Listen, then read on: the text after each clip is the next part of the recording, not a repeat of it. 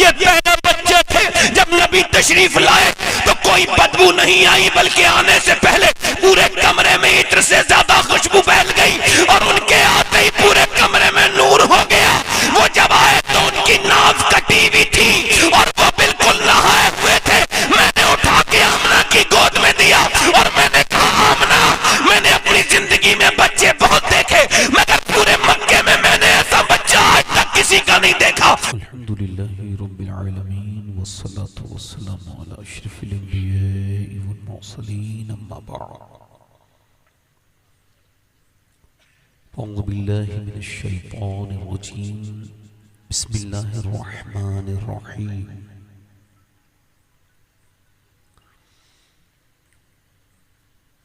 लक़द काना लकुम फ़ी रसूलिल्लाहि उस्वतुन हसना।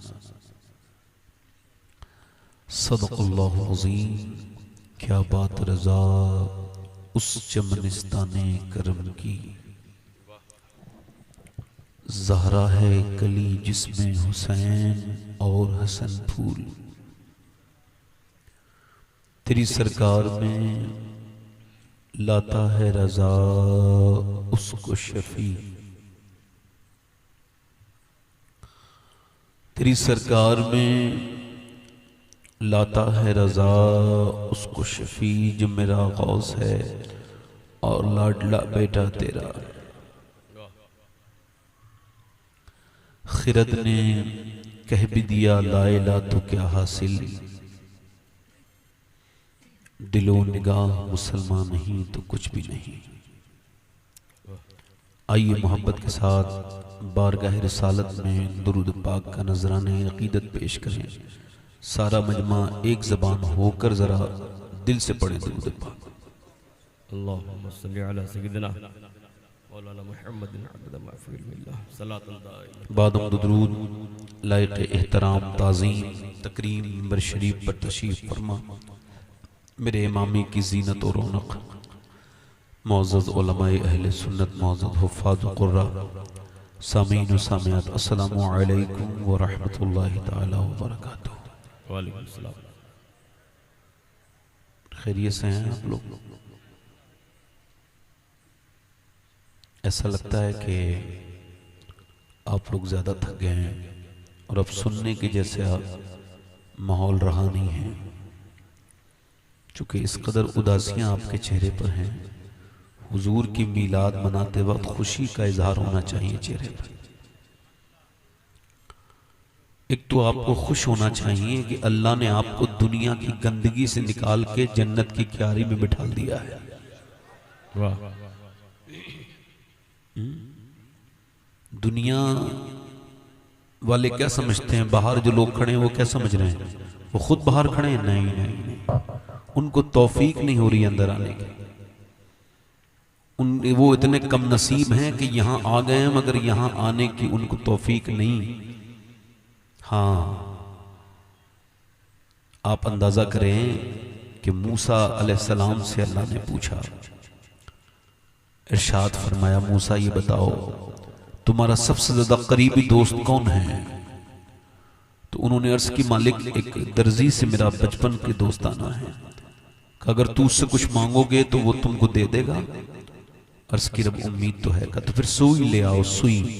सुई की हिकमत ये थी कि दर्जी सुई को तो ये नहीं कह सकता मेरे पास सुई नहीं, चूंकि पहले के जमाने में मशीनों से नहीं हाथ से सिला करते थे।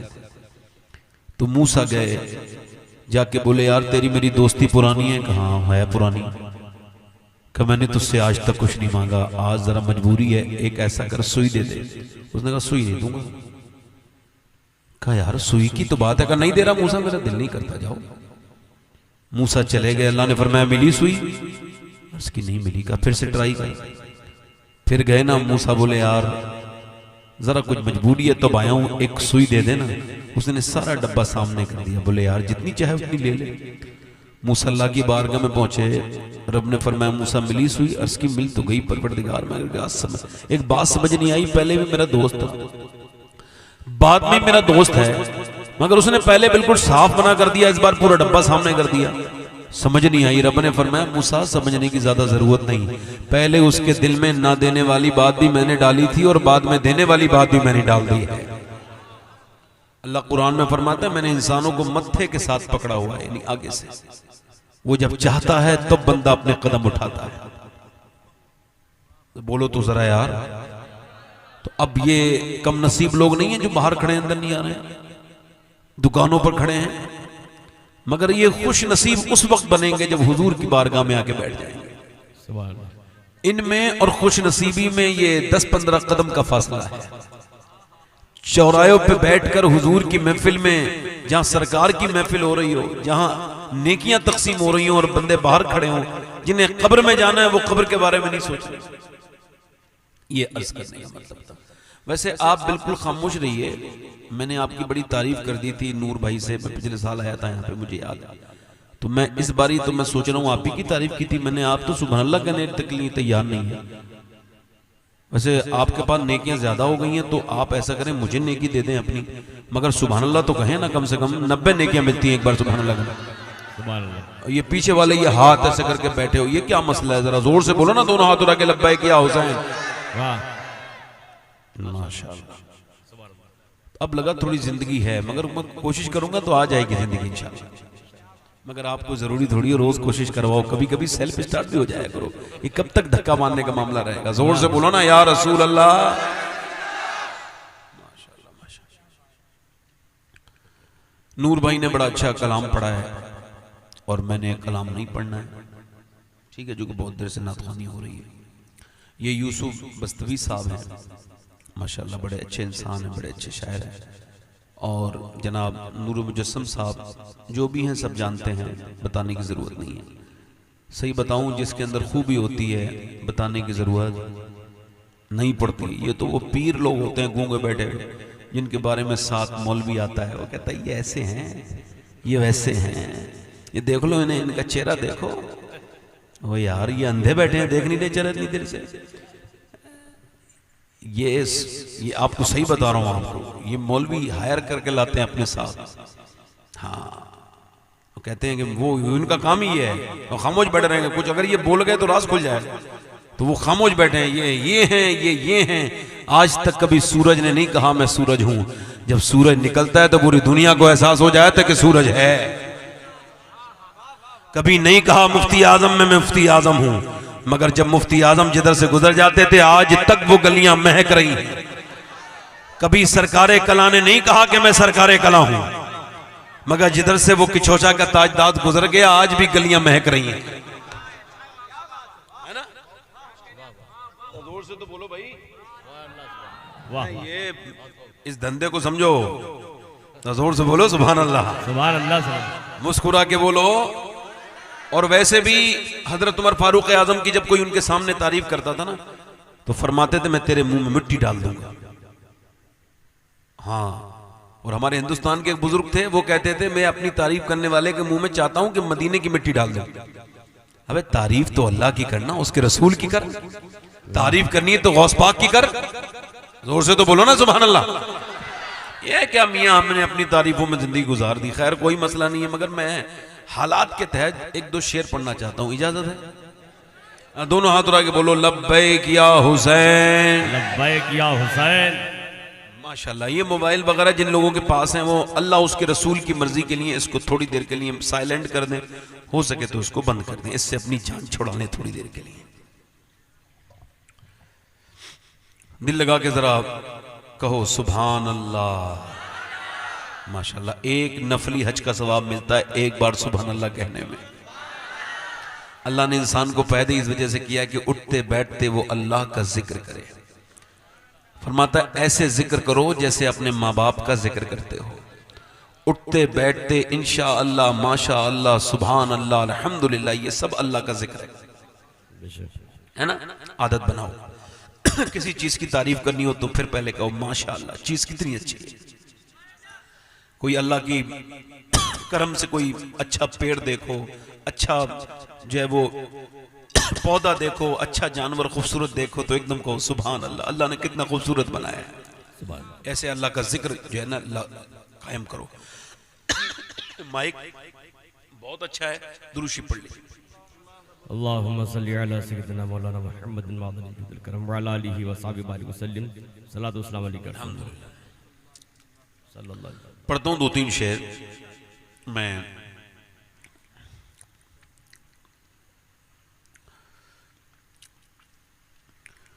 क्या बताऊं भाई, इसका करंट क्यों मार रहा है ये करंट? अच्छा ये लगा,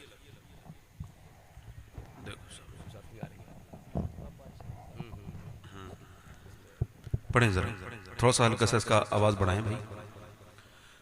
क्या बताऊं कि क्या मदीना है,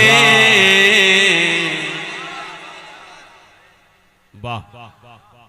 अगर कोई मदीने से आया ना तो उससे कोई पूछ रहा है बता ना मदीना कैसा है, तो वो कह रहा है क्या बताऊं कि क्या मदीना। वाह वाह। नूर भाई को दे दो। क्या बताऊं कि क्या मदीना है,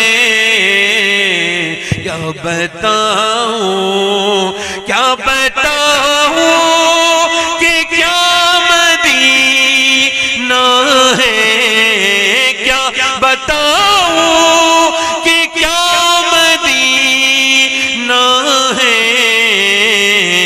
बस मेरा मोदा मदीना है, बस मेरा मोदा। और दुनिया वाले तो दर्द देते हैं, दुनिया वाले तो दर्द देते हैं, दर्द दिल की दवा मदीना है, दर्द दिल की दवा मदीना। और उठ के जाओ कहाँ मदीने से, उठ के जाओ कहाँ मदीने से, क्या कोई दूसरा मदीना है, क्या बताऊं।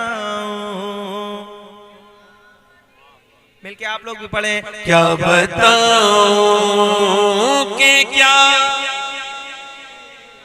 आवाज और ऊंची। आखिरी रास्ता मोहम्मद है, आखिरी रास्ता मदीना है, क्या बताऊं।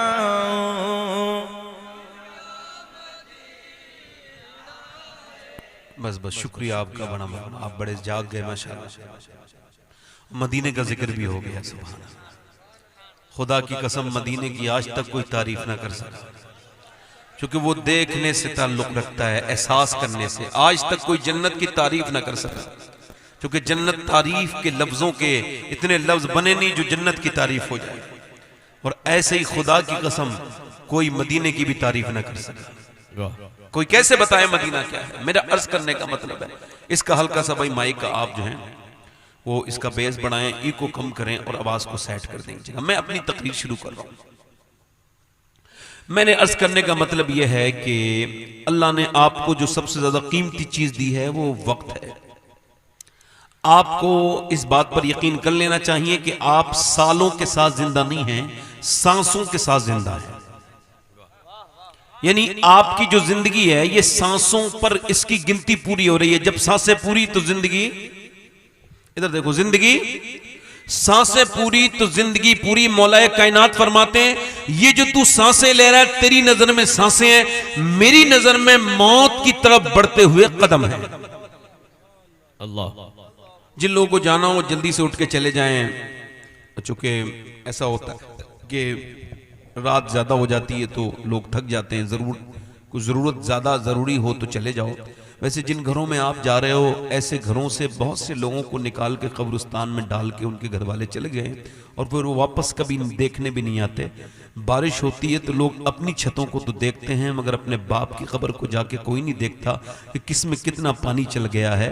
वो बनाने वाला मकान वो आज कहाँ है, उसकी नाक की तरफ से पानी घुसा है या मुंह की तरफ से पानी घुसा है, वो कैसे पड़ा हुआ है, उसके बारे में कोई नहीं गौर करता।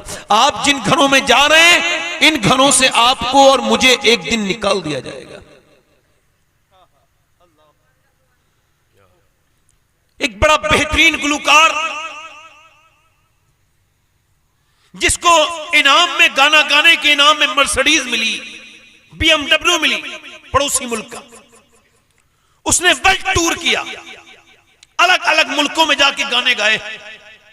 17-18 साल की उम्र में मशहूर हो गया। 19 साल की उम्र में शादी की। शादी वाले साल ही उसको एहसास हुआ कि उसकी कुछ तबीयत खराब है। और जब तबीयत खराब हुई, एक घर उसका एक शहर में था, दूसरा दूसरे शहर में था, और वो एक दिन एक शहर में रहता था, दूसरे दिन दूसरे शहर में रहता था।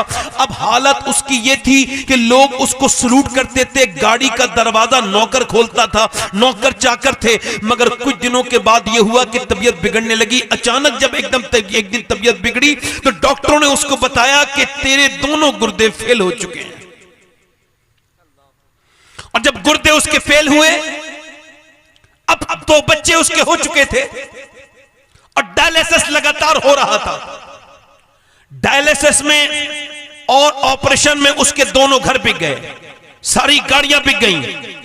वो इंसान जो कल तक जिसकी तूती बोलती थी, दरवाजा भी कोई दूसरा खोलता था, उसको वक्त ने, वो मैं कहता हूं ना, वक्त को वक्त दो वरना वक्त तुमको वक्त नहीं देगा। वक्त को वक्त दो वरना वक्त आपको वक्त नहीं देगा, बल्कि वक्त आपको बर्बाद कर देगा। न जाने कितनों को बर्बाद किया है, मेरे जैसे और आपके जैसों को न जाने कितनों को वक्त ने बर्बाद करके रख दिया है। वक्त न किसी को छोड़ता नहीं है। वक्त ने न जाने कितनों को तमीज सिखाया है। याद रखना इस बात को। तो अब जब उसका इलाज लगातार होता रहा, उसका घर बिक गया, मकान बिक गया, सब कुछ बिक गया। उसके भाई ने अपना गुर्दा दिया, वो भी फेल हो गया। यानी अब उसका एक भाई एक गुर्दे वाला रह गया, उसकी बीबी जवान, उसके दोनों बच्चे, और उसके इलाज के लिए अब उसने भीख मांगना शुरू किया। अब वो जो है सोशल मीडिया पे भीख मांगने लगा, कोई मेरी मदद करो, मेरा डायलिसिस होने के लिए मेरे पास पैसे नहीं। सोचो तो 2 साल पहले तक जिसके पास मर्सिडीज और BMW जैसी गाड़ियां थी, और उसके 2 साल के बाद ऐसा हवा बदला कि फिर वो भिखारी बन गया। अब जरा गौर करो, मरने से एक दिन पहले जब वो अपने बच्चों के सर पे हाथ रखता था, अच्छा देखो तो जरा गौर तो करो, कभी फील तो करो, उस आदमी ने अपने बच्चों के सर पे हाथ कैसे रखा होगा, जिसको पता चल गया कि थोड़ी देर के बाद मैं मरने वाला हूं। डॉक्टर ने जिससे कह दिया है अब तू बचेगा नहीं बल्कि मर जाएगा। मुझे बताएं आप, उसने कैसे हाथ रखा होगा अपने बच्चों के। जब वो अपने बच्चों के सर पे हाथ रख के रोता था, अपनी जवान बीबी को देख करके आंसू बहाता था, तब उससे पूछा था किसी ने कोई अफसोस है तुझे? पूरी दुनिया में तूने गाने गाए हैं, इतनी बड़ी तुझको जो वो इतनी बड़ी शोहरत मिली, इतनी ज्यादा शोहरत मिली, इतना पैसा, दुनिया की चीजें, क्या तुझे किसी चीज का अफसोस है? कहा अफसोस है, मैंने पूरी दुनिया में गाने गाए, मैंने अय्याशियां की, मैंने शराबें पी, मगर आज जब मैं मौत के करीब हूं तो सोच रहा हूं कि काश मैंने जितने गाने गाए, अगर नबी की इतनी नाते पड़ी होती तो आज मेरा ये हाल नहीं होता। अल्लाह आज मेरा ये हाल नहीं होता। हुए बेनिशान नौजवान कैसे कैसे हुए बेनिशान, नौजवान कैसे कैसे, जमीन खा गई आसमां कैसे कैसे, कैसे कैसे को मौत ने आ लिया। और आपको भी आकर के मौत रहेगी और मुझे भी आकर के मौत रहेगी। एक दिन होगा कि लोग आज से 20 साल के बाद या 25 साल के बाद या 30 साल के बाद लोग कहा करेंगे एक शबात हुसैन तक क्या करता था, तकरीर करता था, उसकी खबर कहां, कितने मुकर्रिरीन ऐसे हैं वो मर के आज खबरों में चले गए, जो जिनके नाम पर नारे लगते थे, जिनकी तकरीरों से मजमे में धुएं उठ जाया करते थे, मगर आज जाकर के देखो उनकी खबरों पर कोई आवाज देने भी नहीं जाता। आपने कभी दुनिया को गौर किया नहीं किया? इस दुनिया के चक्कर में आप दुनिया में जो पड़ गए, अल्लाह को जो भूल गए, जरा गौर करें आप, ये वक्त आपको वक्त नहीं देगा। वक्त को खराब करना नौजवानों बंद करो। अल्लाह ने तुमको क्यों पैदा किया है? ये दुनिया की दुनियादारी के लिए पैदा किया? नहीं नहीं, मैं आपसे पूछता हूं, कितने अस्पतालों में लोग ऐसे, आप सिर्फ इसे ही दुनिया समझ रहे हैं, इसमें आप हैं? नहीं नहीं, एक बहुत बड़ी दुनिया लखनऊ के अस्पतालों में आबाद है, एक बहुत बड़ी दुनिया दिल्ली के अस्पतालों में आबाद है। याद रखो, मैं एक बार अपोलो अस्पताल में गया तो मैंने देखा तकरीबन 25 से 30 नौजवान लड़के कोमा में थे। कोमा में उनके माँ बाप से बात हुई, वो कहते थे कोई हमारी सारी दौलत ले ले मगर हमारे बच्चा 1.5 साल से बिल्कुल बोला नहीं। क्या हुआ? का मोटरसाइकिल पे गाने सुनता हुआ जा रहा था, एक्सीडेंट हो गया, स्टंट कर रहा था। उसके बाद से लेके अब तक हमारा बच्चा बिल्कुल कोमा में है, ना बोलता है। 18 साल का, कोई 20 साल का, कोई 25 साल का। अल्लाह ने आपको सेहत दी है, सांस लेते हैं आराम से। अस्पतालों में कितने लोग ऐसे जिनके लिए सांस लेना बहुत बड़ी नेमत है, मगर आप इस चीज को समझ नहीं रहे। वक्त जब आएगा, वक्त जब खराब करेगा हालात, तब उस वक्त समझेंगे। तो क्या समझेंगे? जरा आप मुझे बताएं, अल्लाह ने आपको क्यों पैदा किया था? इस वजह से पैदा किया था जो कर रहे हैं। आज का जमाना कितना तब्दील होता चला जा रहा है। अल्लाह ने आपको क्यों पैदा किया था? ये 2-2 घंटे 3-3 घंटे इंस्टाग्राम चलाने के लिए, ये 3-3 घंटे अपनी स्टोरी पे अपना हाथ मारते रहे, आप हाथ मारते रहे, ऐसे करके ऊपर को जाता रहा। आपका जीबी जो है वो कंज्यूम होता रहा। आप क्या समझते हैं सिर्फ जीबी कंज्यूम हो रहा है? नहीं नहीं, ये जीबी तो 1-2 आप खरीदेंगे तो 100 रुपए का बहुत मिल जाएगा, मगर ये जो आपके 3 घंटे या आपके 4 घंटे खराब हुए हैं, पूरी दुनिया की दौलत अगर खर्च करोगे फिर भी इंसान की जिंदगी के 2 घंटे नहीं ला सकते। अल्लाह ने इतनी बेशकीमत आपकी जिंदगी बनाई है, मगर ये कहां खर्च हो रही है, इसको कभी आपने सोचा? और कैसे नौजवान बर्बादी की तरफ जा रहे हैं। नबी पाक सल्लल्लाहु अलैहि वसल्लम का मीलाद है, अल्लाह के रसूल सल्लल्लाहु अलैहि वसल्लम का मीलाद है, तो फिर ये भी तो देखना चाहिए कि नबी ने किस बातों से मना किया है और किन बातों को मेरे नबी ने हुक्म दिया है। जरा गौर तो करें आप हजरात, जरा सोचें और समझें। हजरत सैयदना इमाम हसन बसरी कहते हैं, मेरा एक मुरीद था। और इमाम हसन बसरी कौन? मौलाए कायनात के खलीफा, जिन्होंने उम्मुल मोमिनीन उम्मे सलमा का दूध पिया है। वो कहते हैं मेरा एक हाफिज कुरान मेरा मुरीद था। वो एक दिन मेरे पास आया, कहने लगा हुजूर मैं बर्बाद हो गया, कहीं का नहीं बचा। मैंने कहा क्या हुआ? कहने लगे हुजूर बात ये थी कि एक लड़की का मैं पीछा कर रहा था, उससे टनाटन हाफिज। कहां जा रहे हो भाई रुमाल वाले भाई? कोई गलती हो गई मुझसे क्या? कोई गलती हो गई तो माफ कर देना भाई। वैसे आप कभी डीएम के सामने से ऐसे उठ के नहीं जा सकते, किसी दरोगा के सामने से भी नहीं उठ सकते आप। अल्लाह ताला हमको हुजूर की जिक्र की ताजीम करने की तौफीक अता फरमाए। आमीन। जब कोई बीच में से उठता है तो मुझको ऐसा लगता है कि ये शख्स जो उठे हैं, अल्लाह ताला इन पर रहम करे, इनको हुजूर की बातों से कोई मतलब नहीं है। ऐसा लगता है मुझे, हो सकता है कि मतलब हो, मगर लगता तो यही है ना कि बिल्कुल मेन वक्त में जब कोई बात कर रहा है तो कोई उठता है। अब मैं एक बार और हाथ जोड़ लेता हूं आपसे, किसी साहब को जाना हो तो जल्दी चले जाएं, मैं 5 लोगों को ही सुना दूंगा, मगर वो लोग ऐसे होने चाहिए जो बैठ के सुने। ऐसा नहीं कि वो बिल्कुल उठ जाए कभी भी, ऐसा नहीं, ये इसमें ये ठीक नहीं है और इससे कोई फायदा आपको मिलेगा नहीं। जब इतनी सीरियस बातों में कोई उठता है तो ऐसा लगता है कि क्या करें बताएं। अब मजाक करना शुरू कर दें जलसों में, क्या करें बताओ? डायलॉग बाजी शुरू कर दें? मैं डायलॉग भी जानता हूं। मैंने पहले कहा था जैसे जाना उठ के चले जाए, कहा था नहीं तकरीर की शुरू में। और किसी साहब को जाना, मैं उनसे नाराज नहीं हूं, फिर भी आप में से कोई जाना चाहते हो तो चले जाएं। अब बेटे उठिएगा मत, कोई आए तो यहीं बैठे रहना, ठीक है? दुरूद शरीफ पढ़ लीजिए। सल्लल्लाहु अलैहि नबील करीम वालिहि वसहबी बारिक वसल्लम सल्लल्लाहु अलैहि वसल्लम। वो जो गीत तुमने सुना नहीं, मेरी उम्र भर का रियाज था। मेरे दर्द की थी वो दास्तां जिसे तुम हंसी में उड़ा गए। एक बार इमाम मालिक मदीने में हदीस शरीफ पढ़ा रहे थे तो रोने लगे, और रोते रोते हदीस पढ़ाई तो शागिर्दों ने बाद में पूछा हुजूर क्या हुआ? तो कुर्ता हटाया तो पीछे बिच्छू ने काटा था 6 जगह।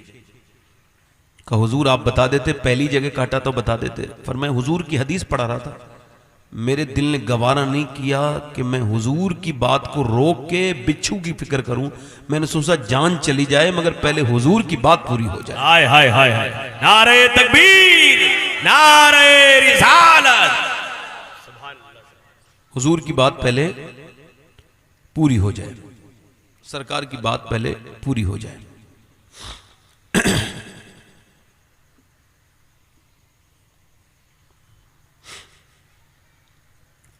अर्ज कर रहा था मैं आपसे, मैं आपके अभी अर्ज कर रहा हूं आपसे कि आप में से जिन साहब को बहुत ज्यादा काम हो जरूरी वो चले जाएं, और बीच में से अगर आप उठेंगे तो मैं इस बार टोकूंगा तो नहीं, मगर ये जरूर है कि फिर मैं उस लुत्फ के साथ तकरीर नहीं कर पाऊंगा जिसके साथ करता हूं। ठीक है, मैं यही सोच के तकरीर करता हूं कि हो सकता है कि तकरीर से कोई ना सुधरे तो मैं सुधर जाऊं जो तकरीर कर रहा है। सबसे पहले मैं ही बदल जाऊं, अल्लाह मेरी जिंदगी बदल दे, मैं ही अपनी बातों पे अमल कर लूं। अगर मैं खुद सुधर गया तो एक आदमी तो कम हो गया ना, उस बुरे लोगों में से एक इंसान तो निकल आया ना बुराइयों से। मुझे किसी से कोई मतलब नहीं है, सेंसिटिव इंसानों में आपने इस तरह का मुकर्रिर देखा नहीं होगा जो एक आदमी को उठने से ऐसा पूरी तरह से उसका एकाग्रता यकसुई भंग हो जाए उसकी। खैर दुरूशी पढ़ लीजिए, अब मैं फिर से कोशिश करता हूं तकरीर करने की।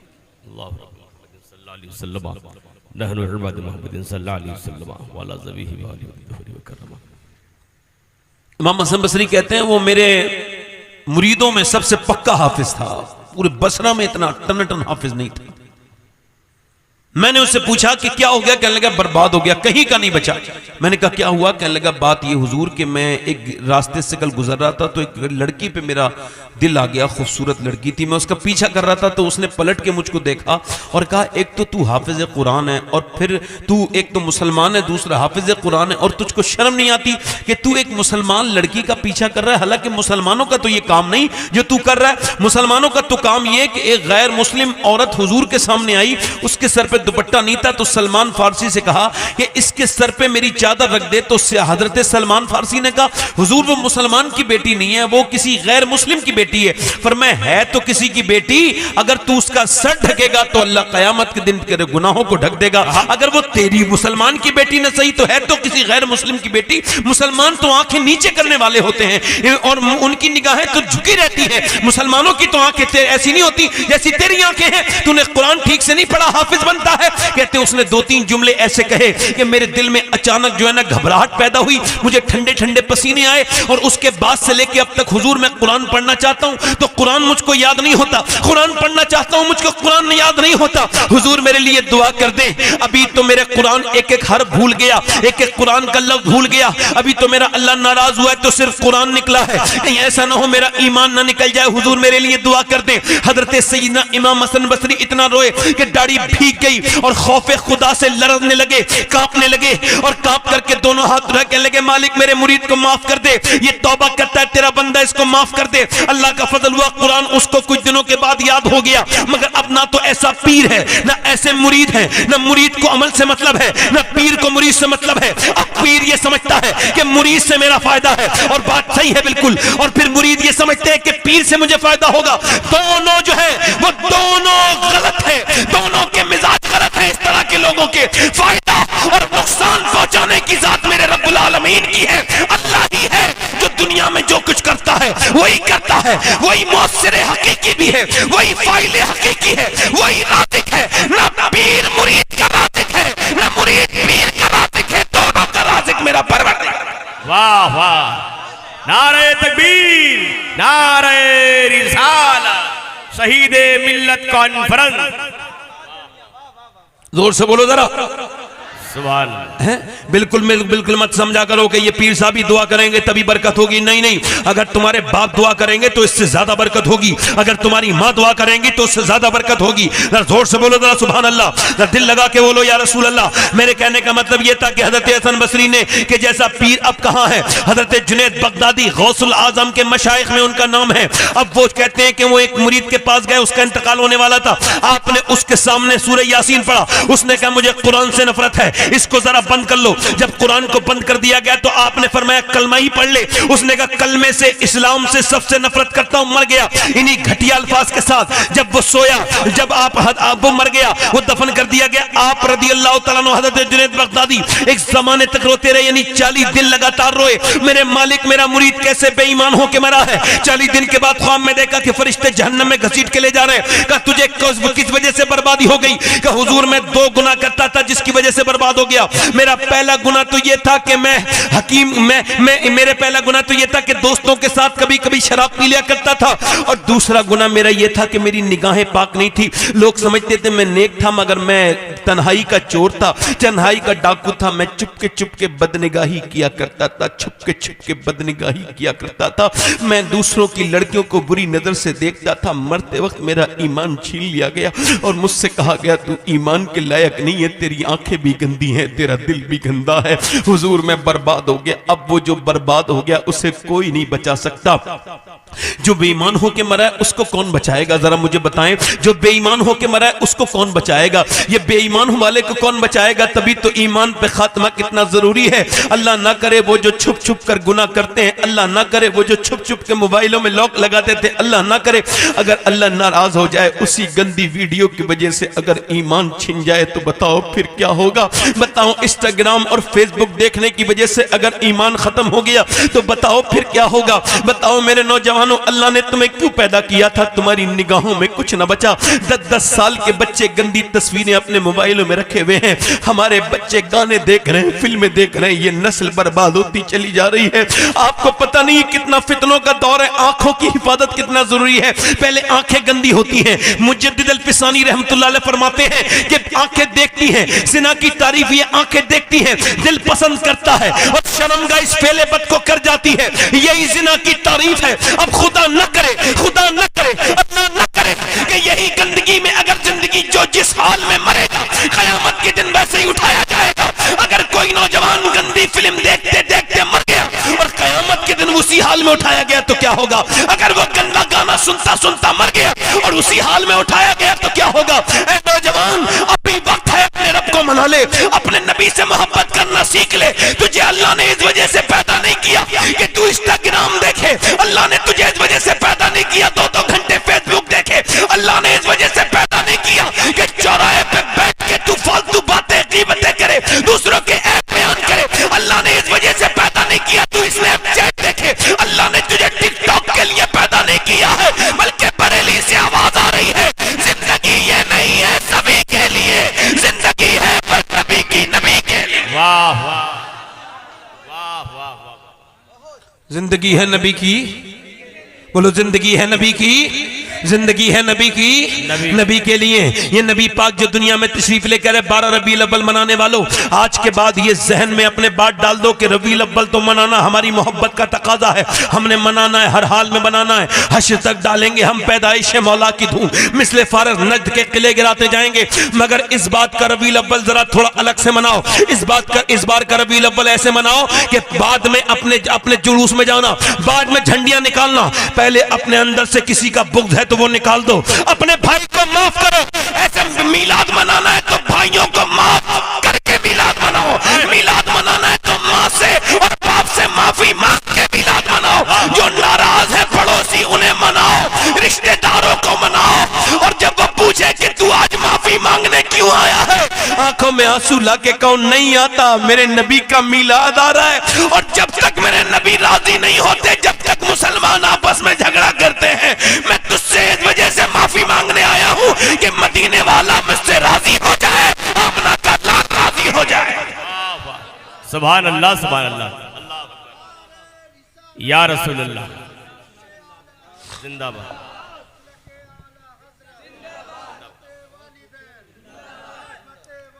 जिंदाबाद। हुजूर ने अपने दुश्मनों को माफ किया है, मेरे भाई तू अपने दोस्तों को माफ नहीं कर सकता?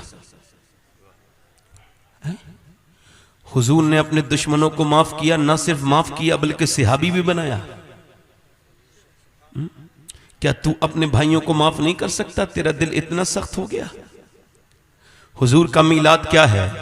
मेरा इमाम कहता है सुबह तैबा में हुई। अच्छा ये बात समझो जरा, सुबह तैबा में हुई बढ़ता है बड़ा नूर का। नूर भाई इस बात को समझिए जरा, सुबह तैबा में हुई नूर का, और सदका लेने आया है तारा। हुजूर मक्के में पैदा हुए, मगर आला हजरत ने कहा कि तैबा पैदा हुए नबी कहां, बोलो इधर देखो तौफीक भाई, किधर वाह किधर देखो, कहां पैदा हुए और हालात क्या फरमा रहे हैं। सुबह तैबा में हुई बढ़ता है बाड़ा नूर का, ये कहना चाहिए था सुबह मक्का में हुई बढ़ता है बाड़ा नूर का, मगर फरमाया सुबह तैबा में हुई बढ़ता है बाड़ा नूर का। ये शेर हमारे भी ठीक से समझ में नहीं आता था, मगर एक दिन जब मैं तारीख पढ़ रहा था तो मेरे समझ में आया कि यहूदियों की किताबों में लिखा था, यहूदियों की किताबों में लिखा था कि जब सुर्ख रंग का सितारा आसमान पे चमकेगा उसके बाद आमना का लाल दुनिया में तशरीफ लेकर के आएगा। अब चूंकि मक्के में तो थोड़े बहुत कभी जो है वो बिल्कुल ना के बराबर यहूदी थे, मगर मदीने में बहुत यहूदी थे और बहुत से हुजूर का इंतजार करते थे और वो रोज देखते थे। एक दिन जब सुबह सादिक के वक्त एक सितारा चमका सुर्ख रंग का, तो एक यहूदी बोला क्या मदीने में कोई किसी औरत के घर में बच्चा पैदा होने वाला है? लोगों ने कहा नहीं, मदीने में तो किसी बच्चे की पैदाइश करीब नहीं। किसी ने कहा हाँ, मक्के में एक बच्चा की पैदाइश होने वाली है, वो अब्दुल्ला का बेटा है, वो अब्दुल्ला के घर में सैयदा आमना के घर में कोई पैदा होने वाला है। वो बोला वो कोई आम पैदा होने वाला नहीं है, वो वही तशरीफ लाने वाला है जिसके लिए अल्लाह ने पूरी कायनात को बनाया है। तभी तो मेरा बरेली का इमाम बोला सुबह तैबा में हुई बढ़ता है बड़ा नूर का, और सदका लेने नूर का आया है तारा नूर। माशाअल्लाह, सरकार की आमद, आया है तारा, आका की आमद, आया है तारा, वाह वाह, भले बोलो आया है तारा, आया है तारा। कद जाकुम मिनल्लाहि नूर, जोर से बोलो, वाह, जल्दी बोलो, आ गया नूर, जोर से बोलो। हुजूर ने ना जाइए देखो आला हज़रत फाज़िल बरेलवी भी अजीब किस्म के आशिक हैं, जोर से बोलो सुभान अल्लाह। हैं दुनिया में 1400 साल गुजर गए तो दुनिया यही कहती चली आ रही थी क्या, हुजूर का रोजा देखो, हुजूर का रोजा देखो, हुजूर का रोजा देखो, नबी का रोजा देखो, नबी का आस्थाना देखो, नबी का नबी का रोजा देखो, नबी का ये देखो। दुनिया देख यही कहती चली आई थी। आज 1400 साल से लोग कहते थे मक्का देख चुके, अब चलो हुजूर का रोजा देखो। मगर जब मेरा इमाम गया ना तो उसने तो इश्क में वो बात कही कि मियां दिल आशिकों के खुश हो गए। फिर सबने कहा रोजा देखो, आला हज़रत बोले काबा तो देख चुके, काबे का काबा देखो। वाह वाह, या रसूल अल्लाह, या अली, या अली। काबा तो देख चुके, काबा तो देख चुके। अच्छा नबी तशरीफ कहाँ लाए हैं? मक्के में। जोर से तो बोलो, हुजूर की मिलाद के वक्त दिल से बोला करो सुभान अल्लाह। सुभान अल्लाह। हुजूर तशरीफ लाने वाले हैं, हुजूर की दाई का नाम है शिफा। वो कहती है मेरा तो काम ही ये था कि बच्चों की पैदाइश के वक्त में होना। कहती वो बच्चा जब पैदा होता था तो पहले गंदगी बाहर आती है, अब भी ऐसे ही रिवाज है कि जब बच्चा पैदा होता है तो गंदगी बाहर आती है, उसके बाद फिर उसके बाद जो है ना वो बच्चा बाहर आता है, पहले बदबू बाहर आती है, उसके बाद बच्चा बाहर आता है, उसके बाद उसकी नाल काटी जाती है, माँ की आंख से नाल उसकी चुपटी भी होती है, उसकी मिली भी होती है, उसको काटा जाता है, फिर बच्चे को नहलाया जाता है, फिर उसके बाद माँ की गोद में दिया जाता है। कहती है मगर ये पहला बच्चा था। शिफा कहती है हुजूर की लेडी डॉक्टर, ये पहले बच्चे थे जब नबी तशरीफ लाए तो कोई बदबू नहीं आई, बल्कि आने से पहले पूरे कमरे में इत्र से ज्यादा खुशबू फैल गई और उनके आते ही पूरे कमरे में नूर हो गया। वो जब आए तो उनकी नाव कटी हुई थी और वो बिल्कुल नहाए हुए थे। मैंने उठा के आमना की गोद में दिया और मैंने कहा आमना, मैंने अपनी जिंदगी में बच्चे बहुत देखे मगर पूरे मक्के में मैंने ऐसा बच्चा आज तक किसी का नहीं देखा। सैयदा आमना बोली मैंने मदीने की रहने वाली हूँ, मैंने मदीने में ऐसा कभी बच्चा नहीं देखा। अब्दुल मुत्तलिब आए और आके बोले आमना तुम मक्के मदीने की बात करती हो, मैंने दुनिया का सफर किया है, मैंने आज तक ऐसा बच्चा नहीं देखा। बरेली से मेरा इमाम बोला यही बोले, आगे ही बोले सिदरा वाले चमने जहाँ के थाले सभी मैंने छान डाले, तेरे साथ आएगा न पाया तुझे यक ने यक। हाय हाय हाय, वाह वाह, जिंदाबाद जिंदाबाद,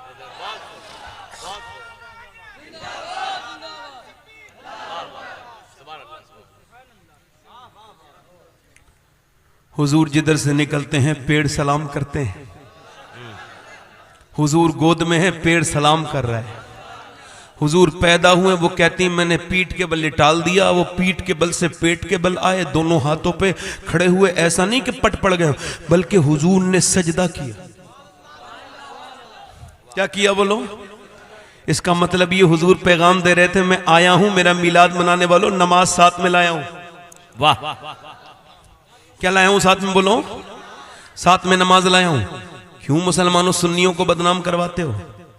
जुलूस में चलते हो तो जुलूस में बिल्कुल सफेद कपड़े पहन के जाया करो, सफेद कपड़े और बेहतरीन कपड़े, इत्र लगा हुआ, और ऐसे टाइम में निकलो कि नमाज का वक्त ना हो, और नमाज के वक्त तक अपना जुलूस खत्म कर दो।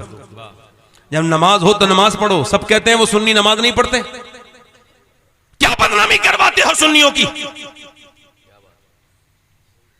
मुफ्ती आदम सरकार फरमाते थे जिनकी कबूल नहीं होती वो पढ़ते हैं, और जिनकी कबूल होती है वो नहीं पढ़ते।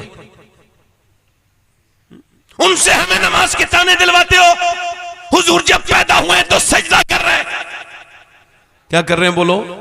जल्दी बोलो, क्या कर रहे हैं बोलो?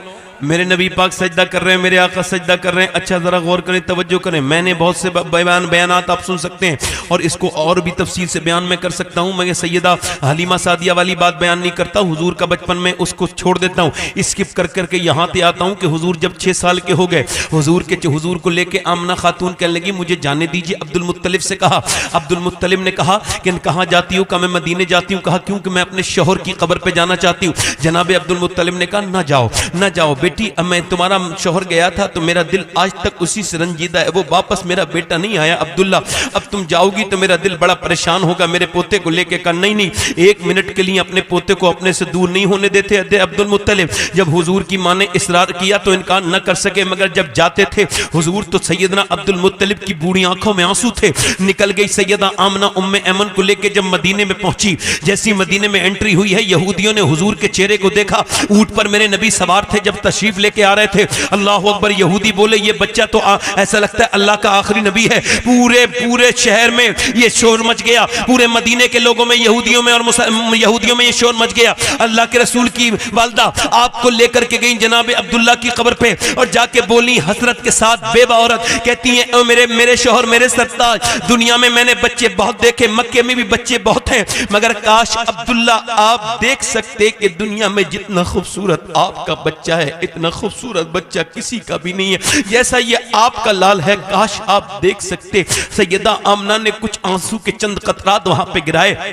उसके बाद अपने बेटे को लेकर के चल दी, चूंकि यहूदी बड़ी बातें करने लगे थे, लेके चल दी वापस, मगर वापसी में रास्ता पूरा न कर सकी। अब्बा के टीलों के करीब पहुंची, सख्त धूप का वक्त था, जमीन पे लेट गई, अपने ऊंट से नीचे उतरी और कहने लगी जरा मुझे जल्दी से मेरे बेटे को लेके आओ। उम्मे ऐमन कहती मैंने कहा चादर बिछाऊं? का चादर बिछाने का वक्त आमना के पास नहीं है। हुजूर आ गए तो हुजूर का हाथ पकड़ लिया, और हुजूर का हाथ पकड़ने के बाद कहा मेरे लाडले, मैं तुझे अल्लाह के हवाले करके जा रही हूं। अच्छा उस मां के दर्द को कौन एहसास कर सकता है जिसका शौहर तो पहले ही विसाल कर चुका है, और उसका शौहर तो पहले ही विसाल कर चुका है, और अब उसका बच्चा है, उसका बेटा है, और 20 सफर है, धूप का आलम है, और बिल्कुल 20 सफर में अपने बच्चे पर नजर डाल के कहती मेरे लाडले, आमना का नाम दुनिया से नहीं मिटेगा मेरे बेटे, इस वजह से कि दुनिया में औरतें तो बहुत आई, मगर मैंने तुझे जो जन्म दिया है मेरे लाडले, मैंने तुझे जो जन्म दिया है, दुनिया में आमना का नाम नहीं मिटेगा। मेरे नबी मस्जिद नबी में हाथ उठा के दुआ करते थे, अल्लाह मेरी माँ के नाम को भी मशहूर कर दे जैसे तूने मेरा नाम मशहूर किया है।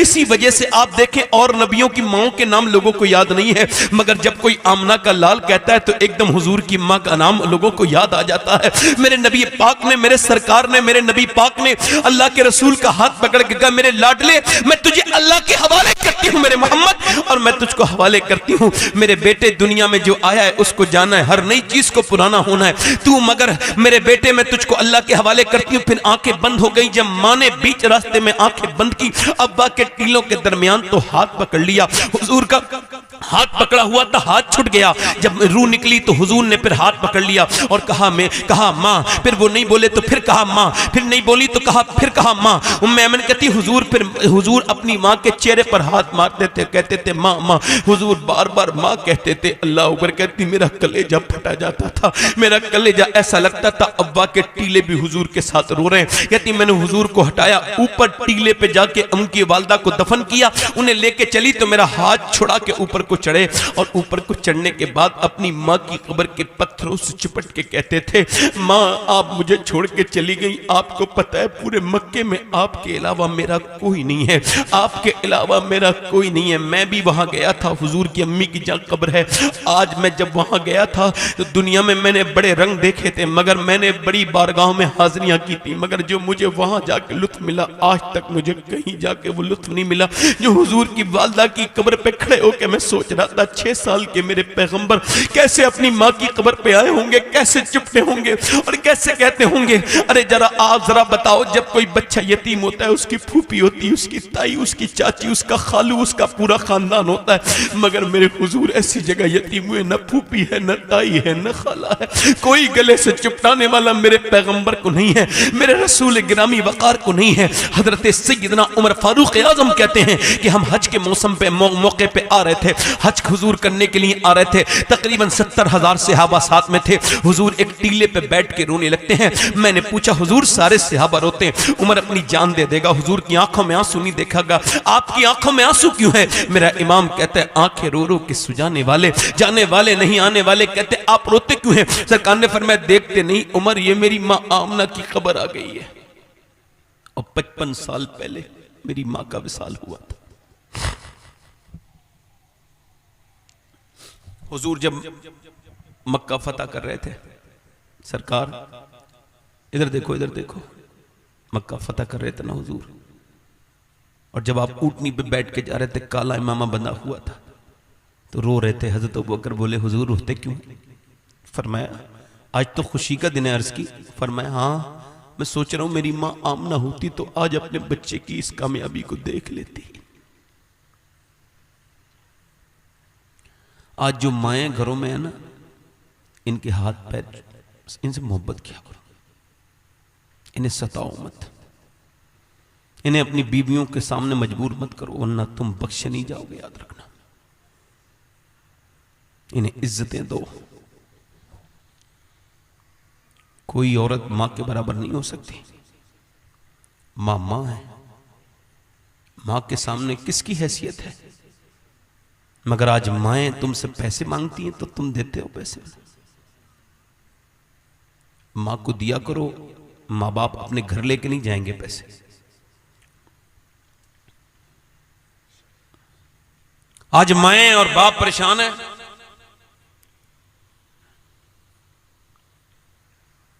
ये कैमरे वाले भाई जरा कैमरा लगाया करो तो सुना भी करो।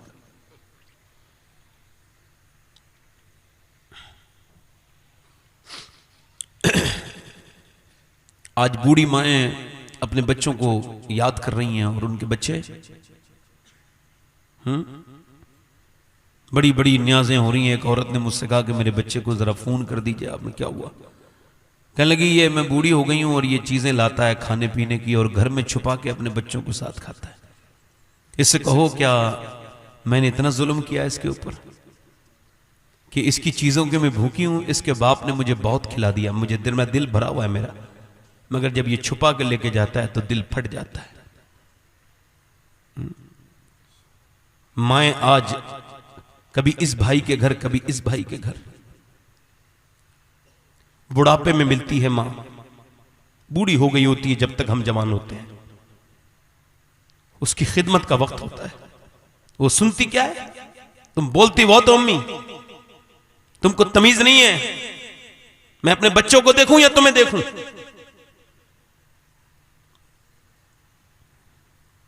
एक तरफा बात नहीं कर रहा हूं मैं, वही बात कर रहा हूं जो अल्लाह रसूल ने हुक्म दिया है।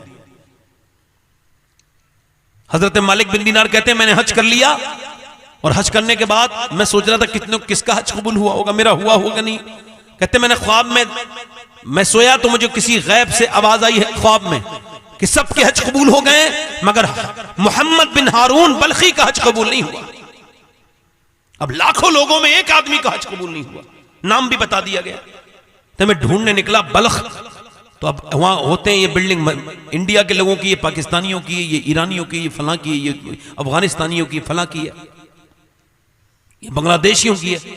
मैंने ढूंढा बल्ख के लोग कहां मिलेंगे भाई, उधर बल्ख का कैंप है। तो उधर पहुंचा तो मैं कहा बल्ख वाले कहां है? मोहम्मद बिन हारून को जानते हो? तो उनमें से कहा हाँ, वो तो बड़ा नेक आदमी है। कितना नेक है? कहा सारा अल्लाह के राह में खर्च कर चुका है अपना घर पे, कुछ नहीं है उसके पास, हज करता है हर साल।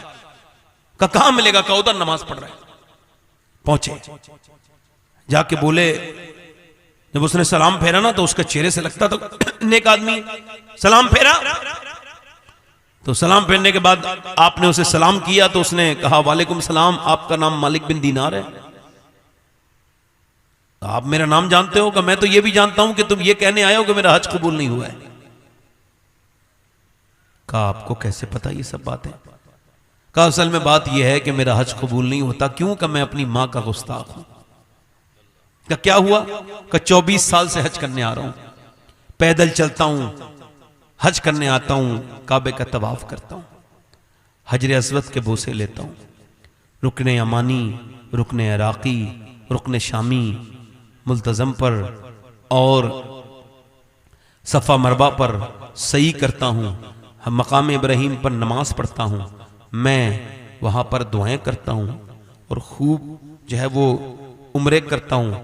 और फिर जब हज का मौसम वक्त आता है तो नमी ज़िलहिज्जा को मैं अरफात जाता हूं, वहां पर दिन में गिड़गिड़ा के दुआएं मांगता हूं। उसके बाद शाम होने से पहले मैं वहां से निकल के मुज़दलिफा आ जाता हूं, मगरिब और इशा मिला के वहां पढ़ता हूं, पूरी रात वहां दुआ करता हूं। फिर मैं मिना चला जाता हूं, मिना के कैंप में जाकर मैं फिर फजर के बाद मैं जो है वो मैं मिना के कैंप में जाकर के मैं मारता हूं कंकरियां, और कंकरी मार के फिर मैं आता हूं वापस। और फिर उसके बाद मैं तवाफ़े विदा करता हूं, सफ़ा मरवा करता हूं, तकरीबन 100-125 किलोमीटर चलता हूं। और जब मैं पूरा हज मेरा हो जाता है तो कोई आके कहता है तेरा हज कबूल नहीं हुआ। कोई अल्लाह का वली का क्यों? क्या हुआ था? का मैं बड़ा मालदार था तो अय्याश भी हो गया, अपने दोस्तों के साथ अय्याशी करने लगा, शराब पीने लगा। एक दिन आया, रमजान का महीना था, मेरी माँ तंदूर पे बैठी हुई रोटी बना रही थी। मैंने कहा अम्मा रोटी दे दे। उसने कहा तेरा रोजा नहीं, कम से कम रोजदारों की तो फिक्र कर ले, उनकी तो इज्जत कर ले। कहते हैं मुझे इतना गुस्सा आया, इतनी सी बात पे मैंने जोर से थप्पड़ अपनी माँ के मारा, तो वो तंदूर में पूरी गिर गई। और जब वो गिर गई तो जलने लगी, मुझे लोगों ने पकड़ के कमरे में बंद कर दिया और मेरी माँ को तंदूर में से निकालने की तरकीब की। उसकी चीखें सुनते सुनते मैं सो गया। कि मेरी सुबह को आंख खुली तो मैंने देखा मेरी बीबी घर में से अलमारी में से कपड़े निकाल रही है और सारे कपड़े वो निकाल चुकी है। मैंने पूछा कहां जा रही है? कहा मैं तेरे साथ नहीं रहूंगी। कहा क्यों? कहा मैं माँ के कातिल के साथ नहीं रह सकती, जिसने माँ को कत्ल किया हो। कहा क्या मेरी माँ मर गई? कहा तुझे 9 महीने पेट में रखने वाली, गीले में सो के तुझे सुलाने वाली, अपना पेट काट के तुझे खिलाने वाली, ऐसे करके मां ले जाती है बाजार में तो कपड़े लगा के देखती है अपने बच्चे के, देखो मेरा लाल कैसा लग रहा है, ऐसे देखती है, नहीं नहीं ये ठीक नहीं लग रहा। फिर दूसरा जूते देखती है, बाजार में झुक झुक के जूते पहनाती है, ये सा जूता ठीक नहीं लगा, नहीं नहीं ये नहीं। और जब वो बूढ़ी हो जाती है तो वो बोझ बन जाती है। कहते मेरी बीवी ने मुझसे कहा कि मैं जा रही हूं, तू मां का कातिल है, तूने मां को मार दिया। तो मालिक बिन दीनार कहते हैं मैंने उसके मुंह पे थप्पड़ मारा, तू है ही इस लायक तेरा हज क्या कबूल होगा। मैं जब गया तो मैंने रात को ख्वाब में हुजूर का दीदार किया। जब सरकार का दीदार हुआ, फरमाया वो तो वैसे भी डरा हुआ है, उससे और क्यों डरा दिया तूने मालिक, वो बख्शा जाएगा। हुजूर कैसे? कयामत के दिन उसकी मां दावा करेगी मालिक इसने मुझे जला के मारा, मेरी क्या खता थी, मैंने क्या कहा था इससे। अल्लाह फरमाएगा इसे जहन्नम में डाल दो। फरिश्ते जहन्नम की तरफ लेके चलेंगे, पलट के मां की तरफ देखेगा। फिर जब फरिश्ते लेके चलेंगे फिर पलट पलट के देखेगा। मां कहेगी क्यों देखता है पलट के? का मां याद कर, तूने मेरे लिए अपना पेट काट के खाना खिलाया, मेरे पांव में कांटा चुभता था तो तू रोने लगती थी, आज मुझे जहन्नम में फरिश्ते लेके जा रहे हैं, क्या मुझे माफ़ नहीं करेगी? माँ कहेगी मालिक मेरे बच्चे को माफ़ कर दे, उसके दिल में रहम आ जाएगा। अल्लाह फरमाएगा क्यों माफ़ कर दे? ये इसने तुझे जला के मारा है? कहा हाँ रब मारा है, मगर मेरा बेटा है, इसका जहन्नम में जाना मुझे बर्दाश्त नहीं, इसको माफ़ कर दे। अल्लाह उसकी माँ के माफ़ करने की वजह से इसको जन्नत अता कर देगा। ओ लोगों ज़रा गौर तो करो, माएँ आज जिंदा हैं तो कभी उनके पास उनसे मोहब्बत किया करो, उनका ख्याल रखा करो, अपनी कोताहियों को छुपाओ मत बल्कि कोताहियों को दूर करो। बाप अगर घर में है तो उसके हाथ पैर चूमा करो, अपने बाप से मोहब्बत किया करो, इनकी इताअत किया करो। उम्मे ऐमन कहती मैंने हुजूर को गोद में लिया और गोद में लेने के बाद मैं मक्के पहुंची तो अब्दुल मुत्तलिब ने कहा कहाँ है मेरी बहू आमना? कहा आपकी आमना का तो इंतकाल हो गया, वो तो दुनिया से चली गई। सैयदा आमना कहे मैंने उसको अब्बा के टीलों में छुपा दिया है। अब्दुल मुत्तलिब ने हुजूर को गोद में ले लिया।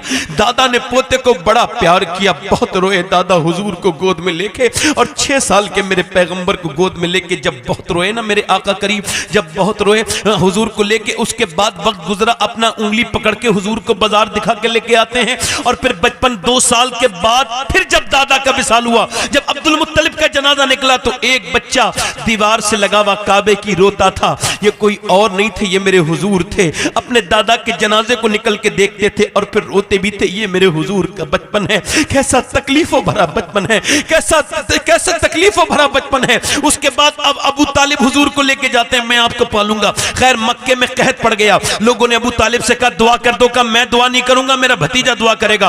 कहा ये तो बेबरकत है। वो लोग कहते थे कि यतीम बेबरकत होता है, उनका अकीदा मादल्ला ये था कि यतीम बेबरकत मनहूस होता है। वो कहे ये क्या दुआ करेगा? अबू तालिब बोले यही तो दुआ करेगा। गोद में उठाया, खामोश मेरे भतीजे को बेबरकत कहा, सारी बरकतें तो इसी के पास हैं। हुजूर को लेकर के गए और लेकर के जाने के बाद काबे की दीवार से लगा दिया, और लगाने के बाद का उजली रंगत वाले चिट्ठे चेहरे वाले जरा दुआ तो करते। जब मेरे नबी ने चारों तरफ देखा, मेरा इमाम कहता है खुर्शीद था किस जोर पर, क्या पल के चमका था कमर, और बेपरदा जब वो रुख हुआ ये भी नहीं वो भी नहीं। मेरे नबी ने चारों तरफ देखा, बिल्कुल भी बादल नहीं थे। हुजूर ने इशारा किया, न जाने कहां से बादल झूमते हुए आए, मक्के में अंधेरी छा गई। घटा फिर जब बारिश हुई है, ऐसी बारिश मक्के वालों ने कभी देखी नहीं थी। ऐसी बारिश हुई, ये रमझम ऐसी मेघा बरसा कि लोग भीगते जाते थे और कुफ्फारे मक्का कहते जाते थे मोहम्मद यतीम बन के नहीं आए बल्कि यतीमों का सहारा बन करके आए। नारे तकबीर, नारे रिसालत। कसर बाकी न रखी बज़्म इमका जगमगाने में, कसर बाकी न रखी बज़्म इमका जगमगाने में। अरब में चांद निकला, चांदनी फैली जमाने में। और हिरा की गार से शब-ए नबुव्वत की करन फूटी, उजाला ही उजाला हो गया हर सू जमाने में। ए भाई बैठ जा, क्या परेशानी क्या है तेरी भाई? बैठ जा भाई।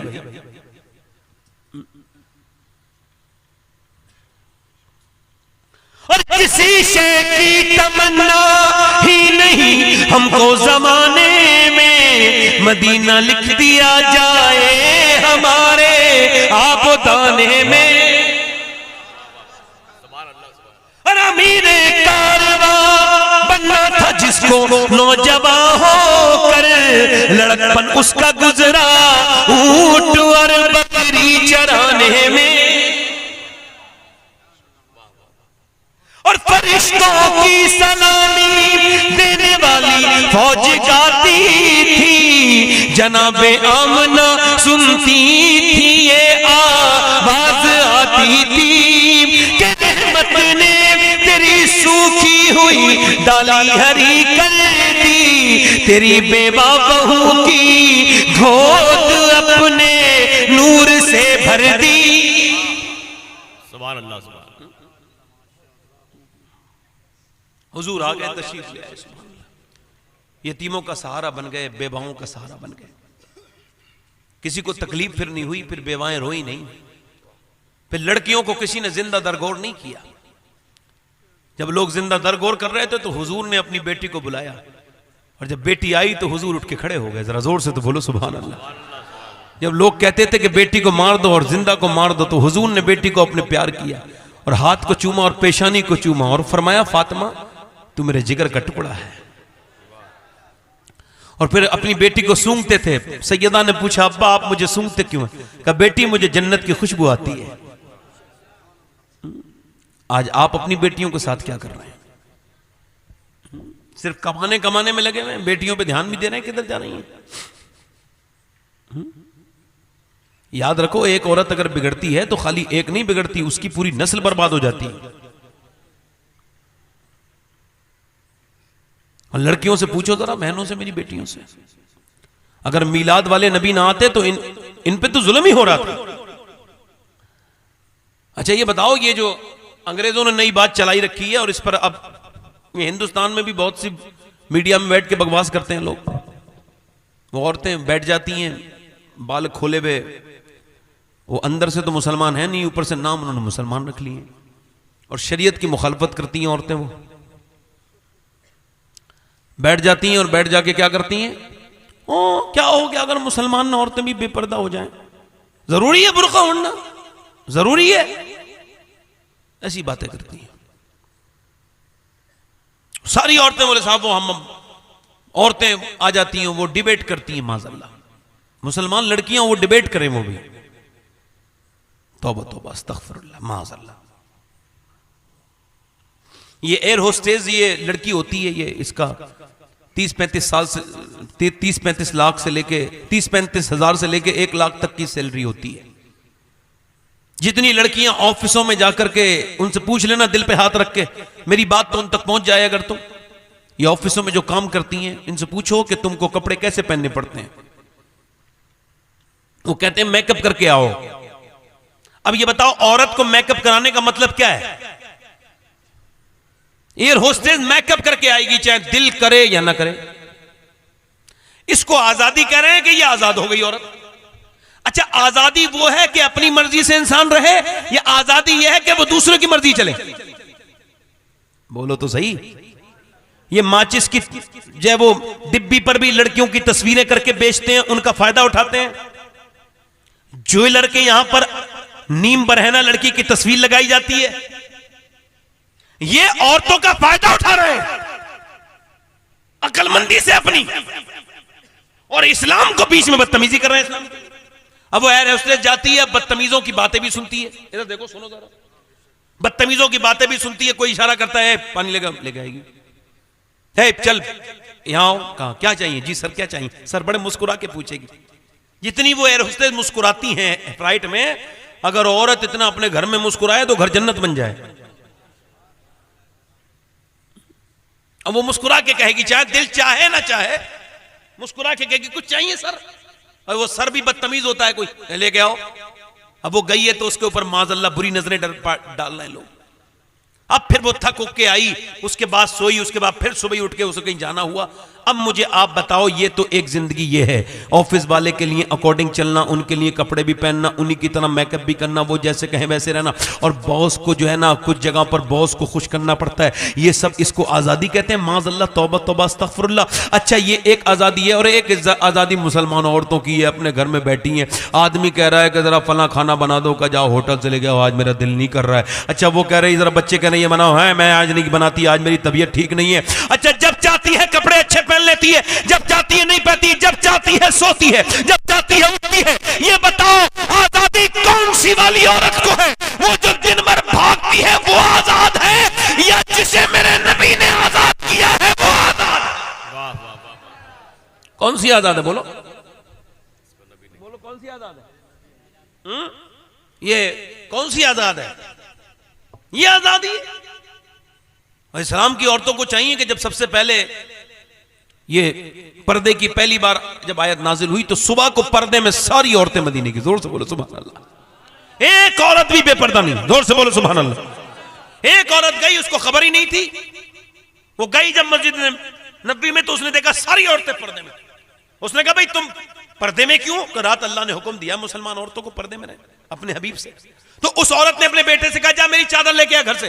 वो चादर लेके आए, वो चादर पहन के घर गई। आदमी बोला, अरे घर आके ही पर्दा शुरू कर देती, आखिर वहां पे तूने चादर क्यों मंगाई? कहा मेरा दिल ने गवारा नहीं किया कि एक कदम भी बाहर बगैर पर्दे के रखूं, क्योंकि मेरे रब ने अपने हबीब को हुक्म जो दे दिया।